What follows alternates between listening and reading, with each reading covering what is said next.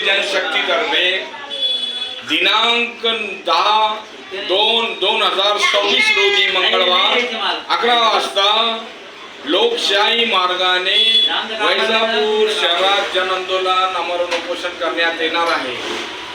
वैजापूर तालुक्यातील भ्रष्टाचार अधिकारी व कर्मचारी यांना मिळून रोजगार हमी योजना अंतर्गत झालेल्या कामामध्ये करोडो रुपयाचा भ्रष्टाचार केलेला आहे।